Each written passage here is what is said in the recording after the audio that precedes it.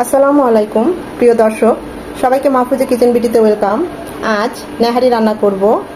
আসন্ন ঈদ, এই ঈদের সময় অবশ্য রান্না করা হয় না, খুব ঝামেলা থাকে ঈদের দিন, কিন্তু পরবর্তী সময়গুলোতে আমরা এই নেহারিটা একটু সময় নিয়ে রান্না করে ফেলতে পারি। খুবই সহজভাবে চেষ্টা করেছি আজকের এই নেহারিটা রান্না করতে, কিন্তু খেতে অসম্ভব ভালো হয়। দেখতেই পাচ্ছেন কতটা লোভনীয় হয়েছে। পুরো ভিডিওটা প্রথম থেকে শেষ পর্যন্ত দেখবেন, না টেনে স্কিপ না করে। এভাবে যদি নেহারি রান্না করেন আশা করি নিরাশ হবেন না, খুবই ভালো হয় খেতে। কথা না বাড়িয়ে চলুন আমরা মূল ভিডিওতে চলে যাই।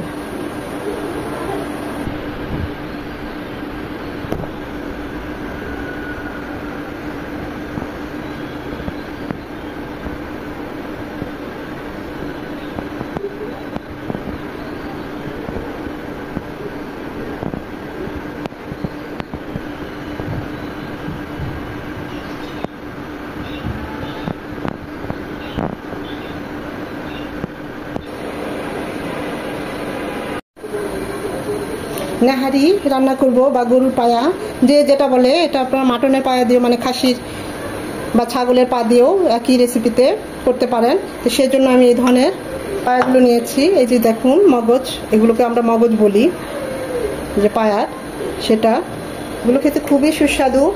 নান, পরোটা, রুটি দিয়ে অসাধারণ লাগে এই নেহারিটা। প্রত্যেকটায় মগজ ভরা, দেখতেই পাচ্ছেন একদম মগজ ভরা। খুব ভালোভাবে ধুয়ে পানিটা ছড়িয়ে নিয়েছি। এই ধরনের সাইজের পায়াগুলো নিলে খেতেও সুবিধা এবং এই মগজগুলো বের করতেও সুবিধা। তবে মনে হয় এটা বের হয়ে যাবে, যখন কেটেছে তখন এরকম ফাঁক হয়ে গিয়েছে, মগজগুলোটা থাকবে না, এটা বের হয়ে যাবে। তা আমি তো এই ধরনের পায়াগুলো নিয়েছি, আবার কিছু ছোট নিয়েছি।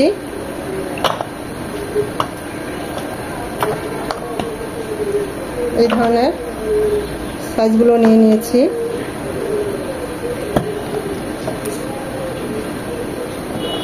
খুবই সিম্পল ভাবে করব, বাসায় যেসব মশলা থাকে ওইসব মশলা দিয়েই আজকে নেহারিটা করব, কিন্তু খেতে হবে স্পেশাল। দেখতেই পাচ্ছেন কতটা ফ্রেশ করে ধুয়ে একদম পরিষ্কার করে ধবধবে করে ফেলেছি এবং পানিটাও ছড়িয়ে নিয়েছি। যে হাঁড়িতে নেহারি রান্না করব আমি সেই হাঁড়িটাই নিয়ে নিয়েছি। এখন নেহারিগুলো এটার মধ্যে ঢেলে নেব। নেহারির জন্য কিছু গোটা মশলা নিয়েছি, 5টা তেজপাতা, 8-10টা সাদা এলাচ, লবঙ্গ, গোলমরিচ, 5-6 টুকরা দারচিনি, সব কিছু দিয়ে দিচ্ছি। যেহেতু আমার নেহারির পরিমাণ, মানে পায়ার পরিমাণ বেশি, তাই আমি ওই অনুযায়ী মশলাগুলো দিচ্ছি। এখানে 6 থেকে 7 কেজি হবে ওজনের পায়া, আমি ওই অনুযায়ী মশলাগুলো দিচ্ছি। আপনাদের পায়ার পরিমাণ অনুযায়ী মশলাটা বাড়িয়ে কমিয়ে নেবেন। এখানে দিয়ে দিচ্ছি 2 চামচ আদা রসুন বাটা, আরও 2 চামচ আদা রসুন বাটা, 1 চামচ, মোট 5 চামচ আদা রসুন পেস্ট দিয়ে দিলাম।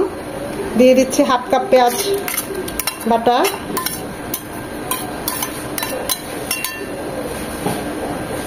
2 চামচ ভাজা জিরে গুঁড়ো। নেহারি খুব একটা ঝাল হয় না, এটা নর্মাল বা সামান্য একটু ঝাল দিতে পারেন, বেশি ঝাল হলে গলা জলে, খেতে ভালো লাগে না। যেহেতু এটা ঝোলটাই আসল টেস্ট এবং হাড়গুলো পরে চুষে খেয়ে ফেলে মগজটাও, তাই ওই অনুযায়ী ঝালটা দিতে হয়। তো এখানে আমি কালারের জন্য আর সামান্য ঝালের জন্য 1 চামচ আর 1/2 চামচ, 1.5 চামচ মরিচ গুঁড়ো দিলাম। যদি ঝাল খেতে পছন্দ করেন বাড়িয়ে দিতে পারেন। এই পর্যায়ে মরিচ দিয়ে দিচ্ছি 1 চামচ। এখানে বেশি দেওয়া যাবে না, কারণ আমরা প্রচুর পরিমাণে পানি দেব আর সেই ঝোলটাও শুকাবে, তারপরে কটা হয়ে যেতে পারে। জাস্ট এইটুকু পানি দেব যেন হাড়ের ভিতর এবং এই নেহারির ভিতরে একটু লবণটা মানে ঢুকে পানসে না হয়। পরে আমরা বুঝে লবণ দেব।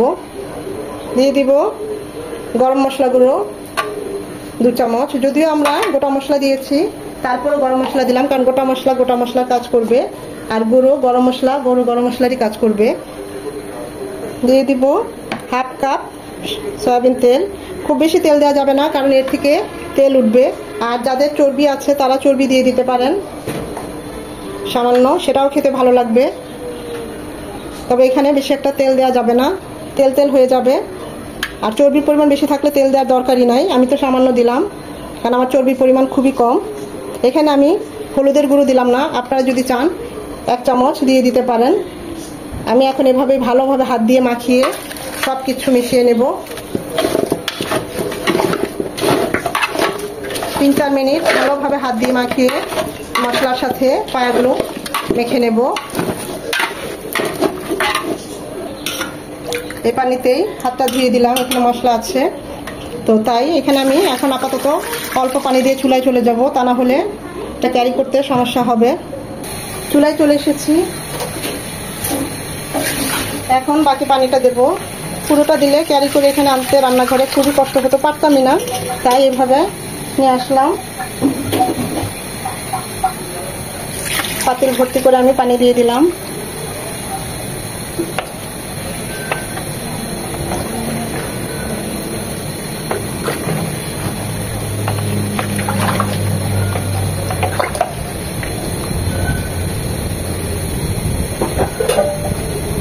তিন থেকে 4 ঘন্টা একটানা এটা জাল হবে, রান্না হবে। ফিরে আসছি 3-4 ঘন্টা পর।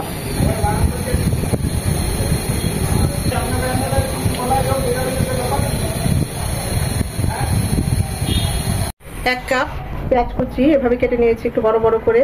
এটা মাখানোর সময় ভুলে গিয়েছিলাম, তাই এখন দিয়ে দিচ্ছি। জাল হতে হতে পেঁয়াজটাও গলে যাবে, এখন দিলেও কোনো সমস্যা নেই, কিন্তু তখনই আর কি দিলে আরো ভালো লাগতো।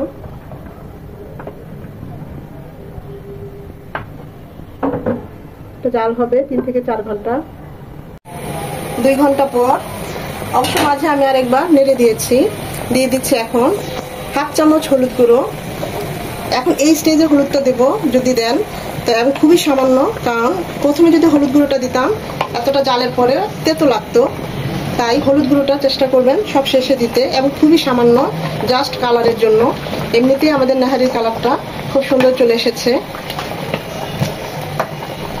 পেঁয়াজ বেরেস্তা দিয়ে দিব এখন।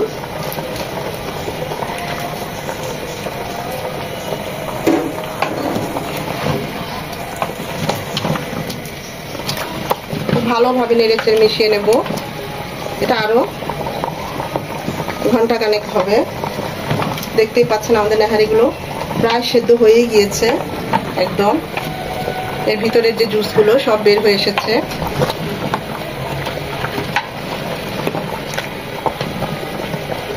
এই পর্যায়ে আপনারা লবণটা টেস্ট করতে পারেন, ঝালটা টেস্ট করতে পারেন।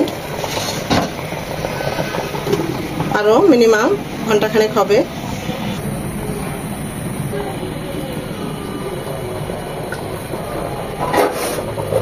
ঘন্টাখানেক পর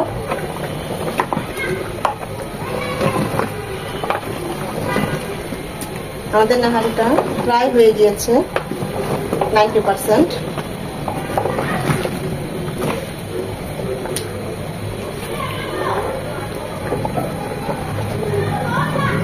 হাফ জয়ফল আর একটা বড় জয়ত্রী এভাবে গুঁড়ো করে নিয়েছি, সেটা দিয়ে দিচ্ছি। আর দিয়ে দিচ্ছি 2 চামচ ভাজা জিরে গুঁড়ো।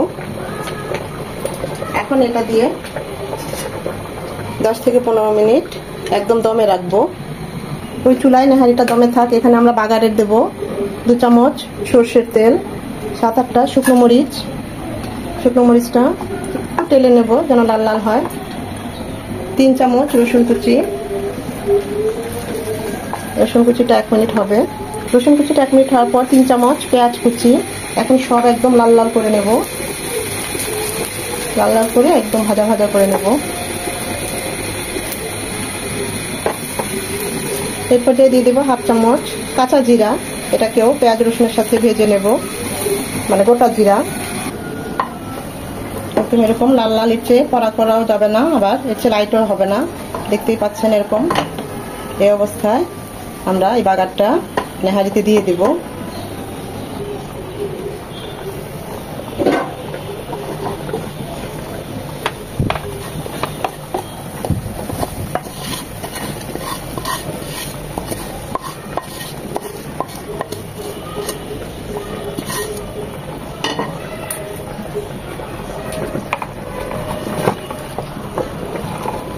ভালোভাবে বাগার দিকটা মিশিয়ে নেব।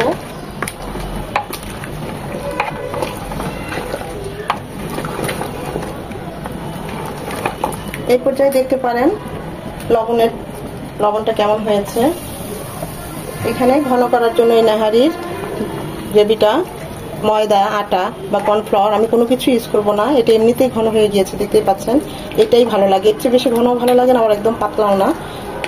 এই অরিজিনাল যে ঝোলটা আছে সেটাই আমার কাছে বেশি ভালো লাগে, তাই এখানে আমি আর কিছু ইউজ করলাম না।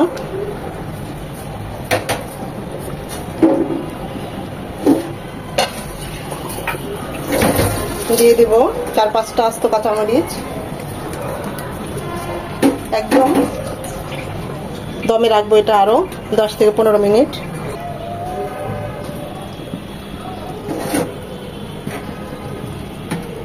দেখুন আমাদের নাহারিটা কত সুন্দর হয়েছে, একদম সব সেদ্ধ হয়ে গিয়েছে। মাশাআল্লাহ, কালারটা কত সুন্দর এসেছে।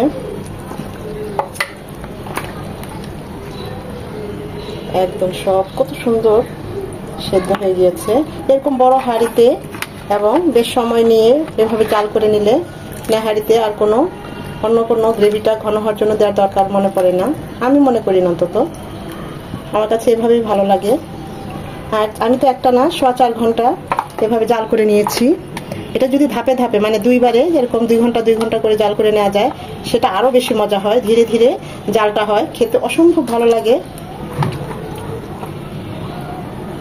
দেখতে পাচ্ছেন কতটা লোভনীয় হয়েছে আর কতটা মজার হয়েছে, এটা না টেস্ট করলে বোঝা যাবে না।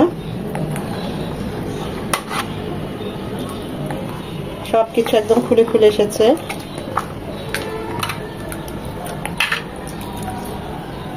অসম্ভব একটা ভালো লাগা মজা তৈরি হয়ে গিয়েছে আমাদের নাহারিতে।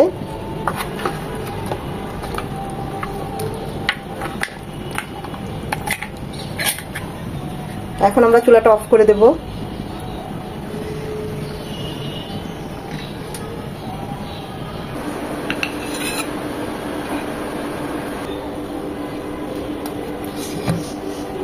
এর চেয়ে বেশি লবণ দিলে একদম ধরা খেয়ে যেতাম।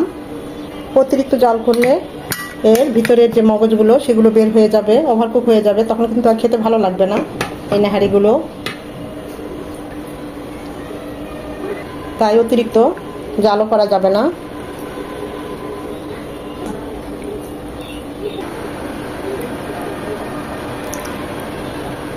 আমি এখানে আরেকটু পেঁয়াজ বেরেস্তা দিয়ে দিচ্ছি গার্নিশের জন্য।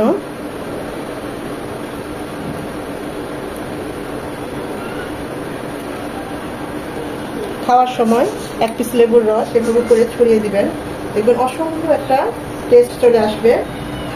এটা রুটি, পরোটা, নান সবকিছু দিয়ে খুবই ভালো লাগবে। আবার এমনি শুধু শুধুও খাওয়া যায়। দেখতে পাচ্ছেন কতটা লোভনীয় হয়েছে। চেষ্টা করেছি একদম সহজভাবে ঘরে থাকা উপকরণ দিয়ে কিন্তু অসম্ভব মজার নেহারিটা তৈরি করতে। আশা করি ভিডিওটা আপনাদের ভালো লেগেছে। আর যদি ভালো লেগে থাকে অবশ্যই লাইক, শেয়ার, কমেন্ট করতে ভুলবেন না। এইভাবে করে খেয়ে আমাকে জানাবেন কেমন হয়েছে। খুবই ভালো হয়েছে, সত্যি বলছি।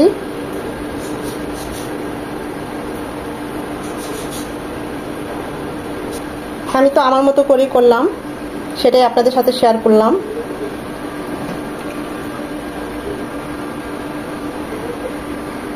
এতক্ষণ যারা ধৈর্য ধরে আমার ভিডিওটা দেখেছেন তাদের সবাইকে অসংখ্য ধন্যবাদ।